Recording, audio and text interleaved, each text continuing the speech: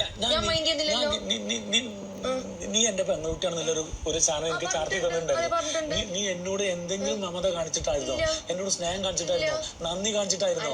അല്ല, ഞാൻ എന്തെങ്കിലും ഞാൻ ആഗ്രഹിച്ചിട്ടായിരുന്നു. നീ പറഞ്ഞേക്ക് ഇവര് ഞാൻ ഗ്രൂപ്പ് കളിച്ചു. എനിക്ക് ഗ്രൂപ്പ് ഒന്നും ഇവിടെ കളിക്കണ്ട. എനിക്ക് ഒറ്റ കാരണം ഇവിടെ ഞാൻ ഇവിടെ ഫൈറ്റ് ചെയ്യുന്നത്, മക്കബറിനോട് ഫൈറ്റ് ചെയ്യുന്നത്, അഭിലാഷിനോട് ഫൈറ്റ് ചെയ്യുന്നത്, നവീനോട് ഫൈറ്റ് ചെയ്യുന്നത്, ഇവരെല്ലാവരും ഫൈറ്റ് ചെയ്യുന്നതും ഇവരുടെ സഹായത്തോട് കൂടിയാണോ? അല്ല, ഞാൻ ഒറ്റക്കാ ഫൈറ്റ് ചെയ്യണേ. ഞാൻ ഒറ്റക്കാ ഫൈറ്റ് ചെയ്തേ. അല്ല, എനിക്ക് ഒറ്റ കളിക്കാൻ അറിയാം. എനിക്ക് ഇവരോടുണ്ടായിരുന്ന ഇമോഷണൽ മറ്റേ ഇത് അറ്റാച്ച്മെന്റ് എന്താന്നുള്ളത് എനിക്കറിയാലോ.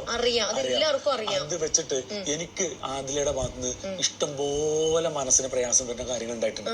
ഇഷ്ടം പോലെ. ഞാനത് ഗെയിമായിട്ട് കണ്ടില്ല. അത് കാണണം. ഇനി മുതൽ ഞാൻ കണ്ടോളാന്നേ. തെറ്റ് പറ്റുമ്പോൾ അല്ലെങ്കിൽ അവർക്ക് സംഭവിക്കുമ്പോൾ എനിക്ക് എത്രയോ പ്രാവശ്യം എന്തായാലും ഇവിടെ വരെ എത്തിയില്ലേ? ഞാൻ അവളെ നോമിനേറ്റ് ചെയ്തിട്ടുണ്ട്. ഓക്കെ, ഇനി ഞാൻ ഗെയിമായിട്ട് തന്നെ കണ്ടോളാന്ന്. ഞാനെന്നാ ഞാൻ വീട്ടിൽ നിന്ന് കൊണ്ടുവന്നല്ല ഇവരെ. ഞാൻ എന്റെ കുടുംബക്കാരും അല്ല. കാരണം എനിക്കുണ്ടായ ഒരു ഫീലിങ്സ് ഉണ്ട്, എനിക്കുണ്ടായ ഒരു അറ്റാച്ച്മെന്റ് ഉണ്ട്. അത് എനിക്കറിയാം. കാരണം ഞാൻ എന്റെ മനസ്സിൽ എന്താ വിചാരിച്ചോ, ഇപ്പൊ ഫൈനൽ 5 വരെ അവർ വന്നാലും ഇവർക്കെതിരെ കമാനർശനം മിണ്ടരുത് എന്നായിരുന്നു ആരെങ്കിലും.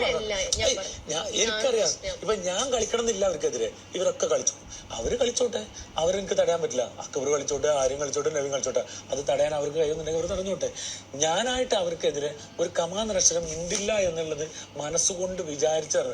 ഇന്നത്തെ നോമിനേഷനിൽ പോലും നോമിനേഷന്റെ കാര്യങ്ങൾ പറയാൻ പാടില്ല, അവരുടെ പേര് ഞാൻ പറഞ്ഞിട്ടില്ല. ഇന്നലെ രാത്രി പോലും അവരോട് ഞാൻ അവർ ചെയ്ത പ്രവൃത്തിയെ കുറിച്ചും ആ ലാലേട്ടന്റെ എപ്പിസോഡിൽ മെയിൽ സോമിനസത്തിനെ കുറിച്ച് എന്നെ കുറിച്ച് ചർച്ച ചെയ്ത കാര്യം കൂടി ഞാൻ അവരോട് സംസാരിച്ചൊരു വഴക്കിട്ടിട്ടാണ് ഞാൻ അവിടെ നിന്ന് ഇറങ്ങി പോകുന്നുള്ളത്.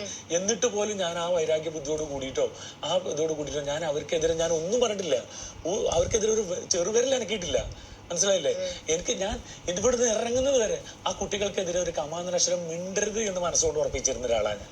പക്ഷെ ഇവരിത് എന്റെ കാഴ്ചപ്പാടുകൾ മുഴുവൻ തെറ്റിക്കുകയാണ്. ഇവിടെ വരുമ്പോ ബന്ധങ്ങൾ എന്റെ മോളെ നിർത്തി. ഞാനെല്ലാം നിർത്തി. എനിക്ക് എന്റെ വീഴ്ചകൾ അറിയാം. വീണ്ടും എന്റെ വായിന്ന് ആവശ്യമില്ലാത്ത വരുന്നുണ്ട്. അത് അവർ ചുണ്ടിട്ട് ഞാനത് ശീലിച്ചോണ്ടിരിക്കാം. ഞാൻ മാറ്റി എന്റെ പ്രശ്നങ്ങൾ മാറ്റിക്കൊണ്ടിരിക്കാം. കുറച്ച് അങ്ങോട്ടും ഇങ്ങോട്ടും കുറെ തെറ്റിദ്ധാരണകളുണ്ട്. പറഞ്ഞാൽ തീരാവുന്ന പ്രശ്നമേ ഉള്ളൂ. ഇതൊക്കെ പറഞ്ഞാൽ തീരാവുന്ന പ്രശ്നമേ ഉള്ളൂ. പ്ലീസ് ഒരു കാര്യം ഒന്ന് മനസ്സിലാക്ക്. അവരെക്കാൾ എത്രയും സീനിയർ ആണ് ഇക്ക.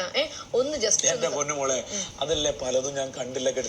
നിനക്കറിയാലോ, നവീന്റെ കേസില് അറിയാലോ, അവിടെ ഞാൻ ഈ കുട്ടികളെ സേഫ് ആക്കി ഇന്നും ഞാൻ നിർത്തിക്കൊണ്ടിരിക്കുക.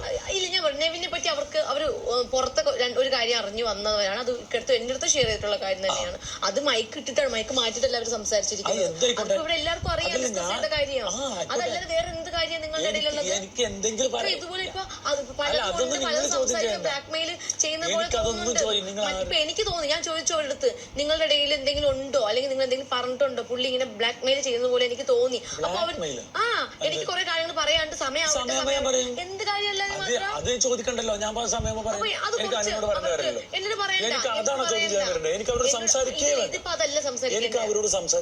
ഒരു ജസ്റ്റ്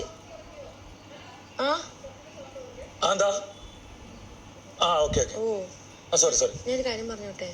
എല്ലാരും ചെവി കോർത്തിരിക്കുവാണ്. പ്ലീസ് അത് വരുന്ന